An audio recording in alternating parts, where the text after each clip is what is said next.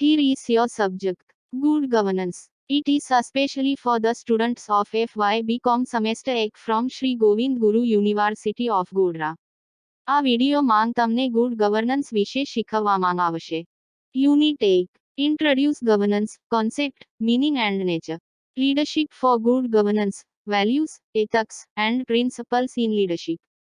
The fundamental rights, directive principles of state policy and fundamental duties enshrined in the Indian Constitution. Forms of public accountability and redressal of public grievances with special reference to RTI. K. Governance, Panchayati Raj Institution, Lokpal and Lokayukt, Election Commission, Minimum Government Maximum Governance. Good governance. Governance is the process of decision making and the implementation of decisions. It involves the interaction between the government, the private sector, and civil society. Good governance is essential for economic development, social justice, and environmental protection. Governance. Governance નિર્ણય લેવા અને નિર્ણયો અમલમાં મૂકવાની પ્રક્રિયા છે. તેમાં સરકાર, ખાનગી ક્ષેત્ર અને સિવિલ સમાજ વચ્ચેની ક્રિયાપ્રતિક્રિયાનો સમાવેશ થાય છે. આર્થિક વિકાસ, સામાજિક ન્યાય અને પર્યાવરણીય સંરક્ષણ માટે સારું ગવર્નન્સ જરૂરી છે. કોન્સેપ્ટ એટલે કે સંકલ્પના. The concept of governance has evolved over time. In the past, governance was seen as the exclusive domain of the state. However, today, governance is seen as a multi-stakeholder process that involves the government, the private sector, and civil society. સંકલ્પના. ગવર્નન્સની વિભાવના સમય જતાં વિકસિત થઈ છે. ભૂતકાળમાં, ગવર્નન્સને રાજ્યનો વિશિષ્ટ અધિકાર ગણવામાં આવતો હતો.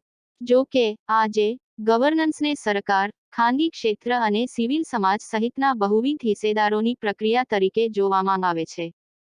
મીનિંગ એટલે કે અર્થ. Governance is the process of decision making and the implementation of decisions.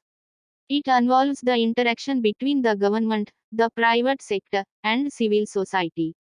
Good governance is essential for economic development, social justice, and environmental protection. Earth. Governance નિર્ણય લેવા અને નિર્ણયો અમલમાં મૂકવાની પ્રક્રિયા છે. તેમાં સરકાર, ખાનગી ક્ષેત્ર અને સિવિલ સમાજ વચ્ચેની ક્રિયાપ્રતિક્રિયાનો સમાવેશ થાય છે. આર્થિક વિકાસ, સામાજિક ન્યાય અને પર્યાવરણીય સંરક્ષણ માટે સારું ગવર્નન્સ જરૂરી છે. નેચર સ્વરૂપ. Governance is A complex and dynamic process. It is influenced by a variety of factors, including the political system, the economic system, the social system, and the cultural system. Governance can be effective or ineffective, efficient or inefficient, and fair or unfair. સ્વરૂપ. Governance એક જટિલ અને ગતિશીલ પ્રક્રિયા છે. તે રાજકીય વ્યવસ્થા, આર્થિક વ્યવસ્થા, સામાજિક વ્યવસ્થા અને સાંસ્કૃતિક વ્યવસ્થા સહિત વિવિધ પરિબળોથી પ્રભાવિત છે. ગવર્નન્સ અસરકારક અથવા અસરકારક નહીં, કાર્યક્ષમ અથવા બિનકાર્યક્ષમ અને ન્યાયી અથવા અન્યાયી હોઈ શકે છે. Leadership for good governance. Sara governance માટે નેતૃત્વ. Leadership is essential for good governance. Leaders play a key role in setting the vision for the future, developing and implementing policies, and building consensus among stakeholders. Sara governance માટે નેતૃત્વ. સારા governance માટે નેતૃત્વ જરૂરી છે. નેતાઓ ભવિષ્ય માટે દ્રષ્ટિ સેટ કરવા, નીતિઓ વિકસાવવા અને અમલ કરવા અને હિસ્સેદારોમાં સહમતિ બનાવવામાં મહત્વની ભૂમિકા ભજવે છે. Values, ethics and principles in leadership.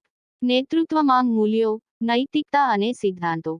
Good leaders are guided by values, ethics, and principles. These values include integrity, honesty, transparency, accountability, and inclusiveness. નેતૃત્વમાં મૂલ્યો, નૈતિકતા અને સિદ્ધાંતો. સારા નેતાઓ મૂલ્યો, નૈતિકતા અને સિદ્ધાંતો દ્વારા માર્ગદર્શન મેળવે છે. આ મૂલ્યોમાં નૈતિકતા, પ્રમાણિકતા, પારદર્શિતા, જવાબદારી અને સમાવેશનો સમાવેશ થાય છે. The fundamental rights, directive principles of state policy, and fundamental duties enshrined in the Indian Constitution. ભારતીય બંધારણમાં નિશ્ચિત મૂળભૂત અધિકારો, રાજ્યની નીતિના નિર્દેશક સિદ્ધાંતો અને મૂળભૂત ફરજો. The Indian Constitution is the supreme law of the land. It enshrines the fundamental rights, directive principles of state policy, and fundamental duties of citizens. ભારતીય બંધારણમાં નિશ્ચિત મૂળભૂત અધિકારો, રાજ્યની નીતિના નિર્દેશક સિદ્ધાંતો અને મૂળભૂત ફરજો. ભારતીય બંધારણ દેશનો સર્વોચ્ચ કાયદો છે.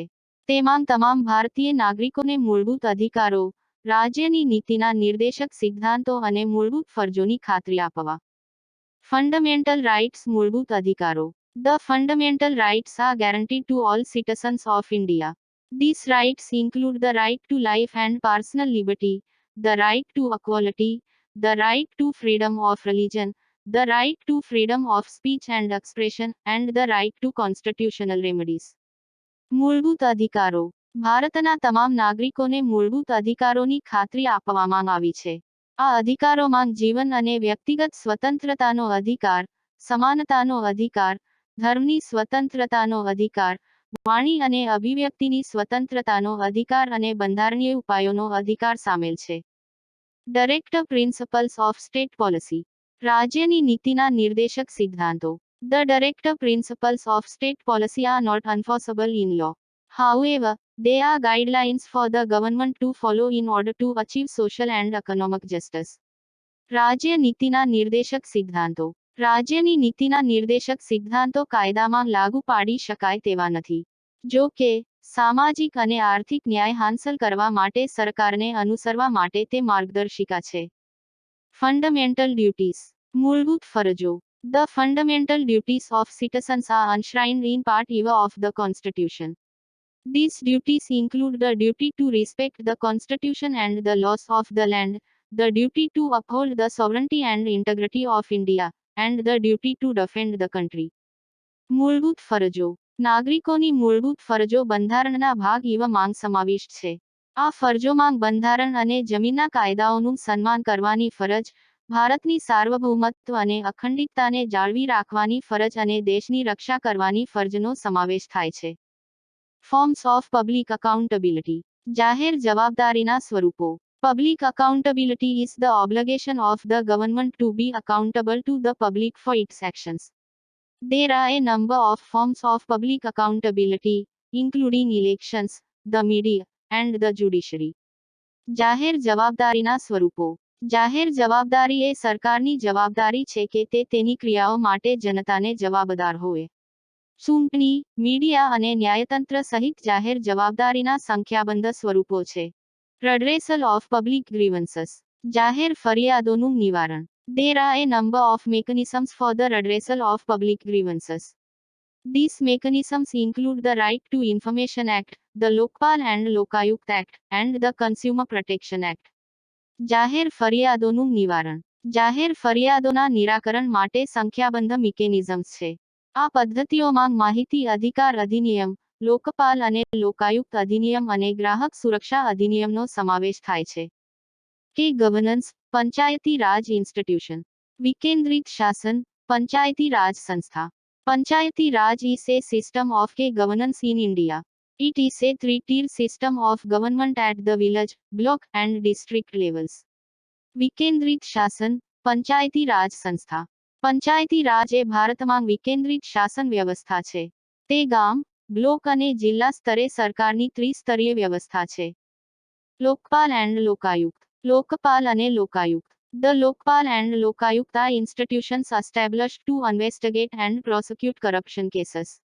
લોકપાલ અને લોકાયુક્ત. લોકપાલ અને લોકાયુક્ત એ ભ્રષ્ટાચારના કેસોની તપાસ અને કાર્યવાહી કરવા માટે સ્થાપિત સંસ્થાઓ છે. Election commission. ચૂંટણી પંચ. The Election Commission is an independent body responsible for conducting elections in India. ચૂંટણી પંચ. ચૂંટણી પંચ ભારતમાં ચૂંટણીઓ કરાવવા માટે જવાબદાર સ્વતંત્ર સંસ્થા છે. Minimum government maximum governance. લઘુત્તમ સરકાર મહત્તમ શાસન. Minimum government maximum governance is a philosophy that emphasizes the need for a limited government that plays a minimal role in the economy. These are some of the key concepts related to governance in India. Good governance is essential for the country to achieve its full potential. લઘુત્તમ સરકાર મહત્તમ શાસન. લઘુત્તમ સરકાર મહત્તમ શાસન એ એક ફિલસૂફી છે જે અર્થતંત્રમાં ન્યૂનતમ ભૂમિકા ભજવતી મર્યાદિત સરકારની જરૂરિયાત પર ભાર મૂકે છે.